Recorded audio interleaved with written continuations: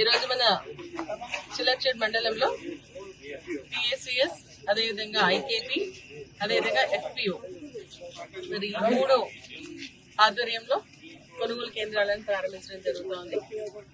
రైతుల పంటలు కోతకొచ్చినటువంటి సందర్భంలో ఈ కొనుగోలు కేంద్రాలను వారికి అందుబాటులోకి తీసుకుని రావడం జరుగుతోంది.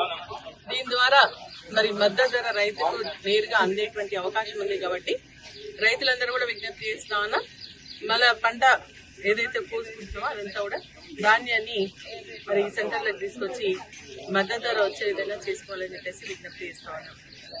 ఈరోజు ప్రభుత్వం ఏ గ్రేడ్ వడ్లకు సంబంధించి 2,320 రూపాయలు కేటాయించడం జరిగింది. మరి సన్న వడ్లకు 500 రూపాయల బోనస్ కూడా ఇవ్వడం జరుగుతోంది.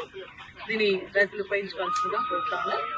మరి అదేవిధంగా ఇక్కడికి రాగానే రైతులందరూ కూడా అడుగుతా ఉన్నారు ఏంటంటే, వడ్లయితే కాండాలు పెడుతున్నాం. ఇప్పుడు కాండాలు పెట్టిన తర్వాత ట్రాన్స్పోర్టేషన్ ఇంతవరకు ఇవ్వలేదు కాబట్టి ట్రాన్స్పోర్టేషన్ ఇమ్మీడియట్ గా ఏర్పాటు చేయాలని, రైస్ మిల్లకు తొందరగా తీసుకెళ్లాలని, మరి అదేవిధంగా రైస్ మిల్ కూడా తొందరగా అన్లోడ్ చేసుకోవాలని, లేకపోతే రైతులకు నష్టం. ఇప్పుడు ఈసారి నిజంగా కూడా రైతులందరూ కూడా బాధపడుతూ ఉన్నారు.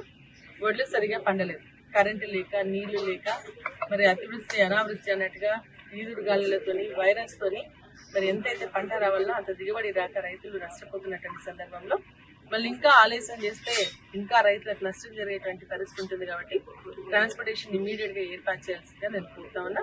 రైస్ మిల్స్ మొన్న అడిషనల్ కలెక్టర్ తో మాట్లాడితే రైస్ మిల్స్ దాదాపు ఒక 27 రైస్ మిల్స్ అలాట్ చేసినామని చెప్పేసి చెప్పడం జరుగుతుంది.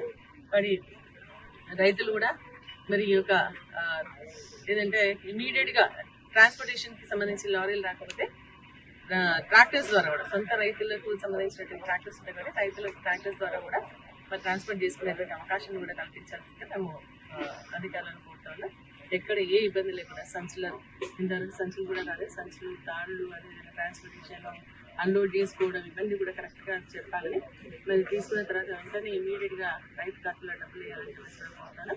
గతంలో మరి సన్న వడ్లకు సంబంధించి ఏదైతే 500 రూపాయల బోనస్ ఉందో అందరు రైతులకు ఇంకా రాలేదు కాబట్టి పాత బకాయిలు కూడా వేస్తూ కొత్త వాటికి కూడా ఇమ్మీడియట్ గా రైతు ఖాతాలో డబ్బులు వేయాలని చెప్పేసి మేము డిమాండ్ చేస్తున్నాం.